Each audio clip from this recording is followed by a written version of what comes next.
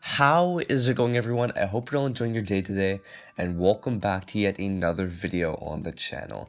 Now, as you can see from my channel statistics, I haven't uploaded for 2 weeks, and for that I sincerely apologize. I hope to get back to my daily, weekly grind, stuff like that, as it was in the 2014 playoffs, that sort of time frame, but I have been incredibly busy. Anyways, if you guys hope to see any videos that you desire, please let me know in the comment section below. I hope to cover all of the news that has happened since I've left off, including the 31 retro reverse jerseys. That is pretty hype, but let's get right into this video. And today's video is talking all about Patrick Kane, who is the other big fish in Chicago currently, and the other guy, obviously, Jonathan Toews. This is more so a part 2 to the last video that I made on Jonathan Toews, talking about how he was quite unhappy with the Hawks organization as of right now, and it looked at the possibility of him, maybe leaving the Hawks in spite of the Chicago Blackhawks' current rebuild situation that they are in. They're kind of in a tough spot right now, so what better thing to do than to get rid of some of their big players who are taking up a ton of cap and offload those players to other teams who could use them right now in exchange for players who are much younger and draft picks that can help them out in the future. Today we're talking about Patrick Kane and the possibility of him being the other big fish in Chicago to possibly be on his way out to a contender or team that could be on the rise. If you guys are excited for this video, make sure to like this video, comment down below your thoughts on the whole Hawks rebuild, who they should get rid of, who they should keep, and all of that stuff. And obviously make sure to subscribe to the channel. Thank you guys so much for bearing with me on this slight hiatus, but I am glad to be back and making this video for you all. Now, before we actually do get into this list and count down what I feel are the top 3 teams with the greatest probability of acquiring a guy like Patrick Kane, I just wanted to clarify that these are my opinions. These are not factual by any means. It's just a rumor and what I feel can be a possibility. If you have opinions that do differ, please let me know. That's why I made this channel in the first place. I do want to discuss with you guys, but I don't want you guys attacking me for my opinions. So just be a bit respectful in the comments. Obviously let me know your opinions, but be respectful. That's probably the main message that I have heading into this video. But yeah, without further ado, let's get right into my list.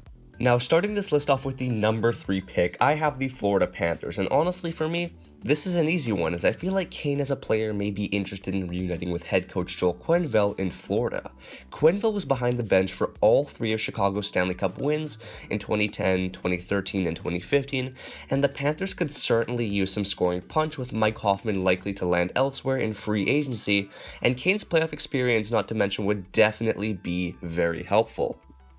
Now, the Florida Panthers did make the playoffs in Quenneville's first season, but they were dispatched quickly by the New York Islanders in the qualifying round 3-1. A win-now window while Quenneville's the head coach is automatic and obvious, so a push to make moves to foster the next step are natural, and new GM Bill Zito may leave a few stones unturned. If Chicago would retain some of Kane's salary, the $10.5 million cap hit for the next 3 years, that would open up some different trade possibilities, but the Panthers may be willing to move a notable player as well.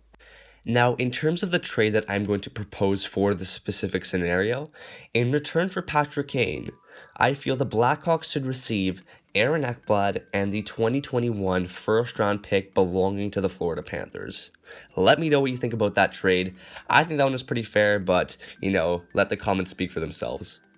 Now, the second team that I have on this list is the Philadelphia Flyers, and with just $4.8 million in cap space right now, the Flyers would definitely have to give up a notable player or two to make any significant trade. Defenseman Shane Gostisbehere lingers as a trade candidate, with 3 years left on his contract as he fell down the pecking order due partly to an injury. Now, the Flyers did win a first-round series this past season before losing to the Islanders in 7 games in the second round. Bold moves may be required to make a push for a deeper playoff run, hence the idea they are interested in Patrik Laine. But if Laine is off the table, then a pivot to someone like Patrick Kane cannot be ruled out. Let's figure that Kane is willing to go to Philadelphia, and Chicago possibly retains a bit of his salary, but honestly, this deal still works without any money being retained. Now, for my trade proposal in this specific scenario, I have the Flyers receiving Patrick Kane, and the Blackhawks in return receiving defenseman Shane Gostisbehere, the 2021 first-round pick belonging to the Philadelphia Flyers, and right-wing Travis Konechny. Although this is quite a big price tag, I feel like it is worth it for both sides, as Patrick Kane is still a top 5 player arguably in the NHL. Now, the first team on this list is the Buffalo Sabres, and the Sabres pulled off a shocker by signing Taylor Hall to a one-year deal. And despite lingering trade rumors involving Jack Eichel, it seems he isn't going anywhere unless a team makes an offer new GM Kevin Adams cannot refuse. Buffalo has not made the playoffs since 2011, and they haven't finished above 6th in the Atlantic Division since 2012. But the additions of Taylor Hall and veteran center Eric Staal are win-now kind of moves, and they'll mix it up with the younger talent that's in place. Suddenly, with some other moves too, Coach Ralph Krueger has a lot of options to nicely fill out the 3 or 4 forward lines. And that leaves out former first-round pick 8th overall in 2017 Casey Mittelstadt, who is not yet 22 years old. Now, keep in mind that the Sabres still have over $13.5 million in cap space, so there is still room for another addition if there is one out there. A defenseman might be a priority, but all opportunities should be definitely entertained. Kane is also a Buffalo native, which makes him an easy tie to the Sabres if he'd approve to a move away from the Blackhawks. But he may also fit very nicely on the roster. Chicago could retain a chunk of salary to facilitate Kane being dealt back home, but this deal works with or without that. This trade proposal is going to consist of Patrick Kane going to the Sabres and the Blackhawks in return receiving Casey Mittelstadt, the 2021 first-round pick from the Sabres, and Brandon Montour. Let me know what you think of all 3 of these trade proposals. I definitely want to hear what you guys all have to think. I think that's probably going to end it off for this video. There's not much else that I really have to say other than, let me know in the comment section below your opinions on a possible Kane move with the recency to a Chicago Blackhawks rebuild that is now probably going to be in full effect starting next season. Let me know what you guys all think. I definitely think this is a very interesting and layered conversation, hence why these last 2 videos were kind of like a 2-parter.